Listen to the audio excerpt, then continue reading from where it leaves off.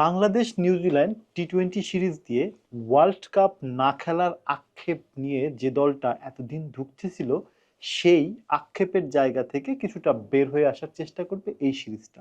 লিটন কুমার দাসের ক্যাপ্টেন্সিতে সাগরিকায় মাঠে নামবে বাংলাদেশ দল নিউজিল্যান্ডের বিপক্ষে।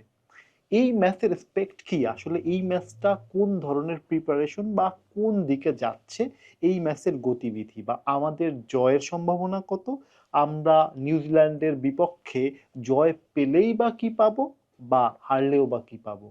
রিসেন্ট পাস্ট বাংলাদেশের চারটা টি-20 সিরিজ নিজেদের করে নিয়েছে, ঘরের মাঠে অ্যাব্রোড মিলে। শ্রীলঙ্কা পাকিস্তানের মতো বড় প্রতিপক্ষকেও আমরা হারিয়েছি। সেই জায়গাগুলোর আত্মবিশ্বাস নিয়েই সাগরিকা যেহেতু আমাদের লাকি গ্রাউন্ড হিসেবে পরিচিত, মানে চিটংয়ে আমরা মোটামুটি ব্যাটিং সহায়ক উইকেট পাই এবং আমাদের ব্যাটাররা এখানে স্কোর করতে স্বাবলম্বী হয়। সেই জায়গায় নিউজিল্যান্ডের এই যে নতুন যে টিমটা এই মুহূর্তে বাংলাদেশে অবস্থান করেছে, তাদের মানে রেগুলার যারা ন্যাশনাল টিম খেলে তার মধ্যে 8-10 জনই স্কোয়াডে নেই।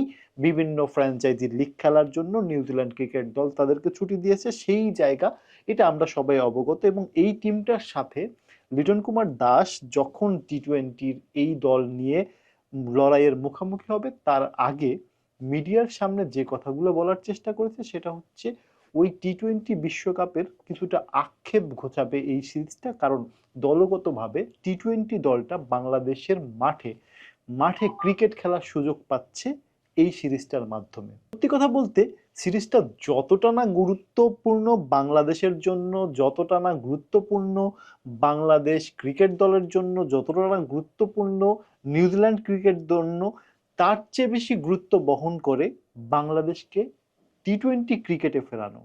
টি-20তে বাংলাদেশের খুব বড় সাকসেস আমরা এখন পর্যন্ত পাইনি, বা টি-20তে আমরা সচরাচর যেটা দেখি ব্যাটিংদের ধুমধুমানি এবং চার ছক্কার সেই আনন্দময় ক্রিকেটটা এখন পর্যন্ত বাংলাদেশ ক্রিকেট দল ওইভাবে স্পেকচুয়ালি দর্শকদের সামনে উপস্থাপন করতে পারেনি। দিনে দিনে ডেভেলপ করছে, অনেক দিনে দিনে অনেক জায়গায় আমাদের অনেক পরিবর্তন এসেছে। এখন আমরা ভালো পাওয়ার প্লে খেলতে পারি, এখন আমাদের ওপেনাররা রান পায়।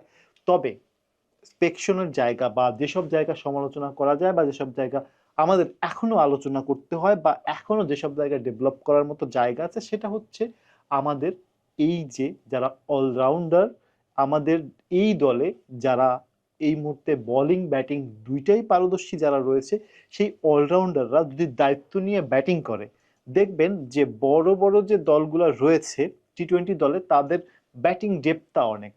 তারা স্বীকৃত ব্যাটসম্যান 4-5 জন থাকলেও ব্যাটিং ডেপথটা 9-10 নাম্বার পর্যন্ত, এবং তারা খুবই সাবলীলভাবে ব্যাটিং করে। এই জায়গায় হয় কি, ব্যাটারদের উপর মানে বিশেষ করে টপ অর্ডারে যারা খেলে তাদের উপর চাপটা কম পড়ে। যেহেতু টি-20টা শর্টার ভার্সন খেলা, এখানে সাকসেস এবং এখানে ব্যর্থতা থাকবে, কিন্তু সেই জায়গায় যখন একজন ব্যাটসম্যান প্রতিদিনই তার দক্ষতা ক্রিকেট পিচের 22 গজে প্রদর্শন করা সম্ভব নয়, কিন্তু সেই জায়গায় যদি লো আর মিডল অর্ডার বা একেবারে লো অর্ডারের যারা বোলিং করে তারা যদি দায়িত্ব নেয়, তাহলে সেক্ষেত্রে দেখা যায় কি, সেক্ষেত্রে ম্যাচটা খুবই দৃষ্টিনন্দন হয় এবং ব্যাটাররাও খুব সাবলীলভাবে ব্যাটিং করতে পারে। টি-20 দলের এখন পর্যন্ত আমরা যে দলটাকে এক্সপেক্ট করছি সে দলটায় দুইজন নতুন মুখ স্কোয়াডে দেখেছি, দুই টি-20-র জন্য দুইজন নতুন মুখ, এবং দুইজনই বোলিং স্কোয়াড থেকে, আব্দুল গফফার সাকলাইন এবং সেই সাথে আব্দুল গফফার সাকলাইনের যে বড় একটা গুণ, সে হচ্ছে ব্যাটিং বোলিং উভয় ফরম্যাটেই পারদর্শী, যার ফলে তাকে যদি বাংলাদেশ দলে চিন্তা করা হয় এবং তার গ্রুমিংটা যদি ভালো হয়, তাহলে বাংলাদেশ দলের একটা কার্যকরী জায়গা তৈরি হবে। এবং সেই জায়গায় তার আসলে কোঅর্ডিনেশন যেখানে করবে সেটা হচ্ছে সাইফুদ্দিনের সাথে তার একটা মানে কোল্ড ওয়্যার বলতে পারি। এবং সেই এই এই টি-20 সিরিজটা বাংলাদেশের জন্য, বাংলাদেশের আত্মবিশ্বাস ফেরানোর জন্য বা বাংলাদেশের প্রিভিয়াস সিরিজগুলোকে কল্পনা করা বা প্রিভিয়াস সিরিজগুলোকে সামনে আনার জন্য খুবই জরুরি।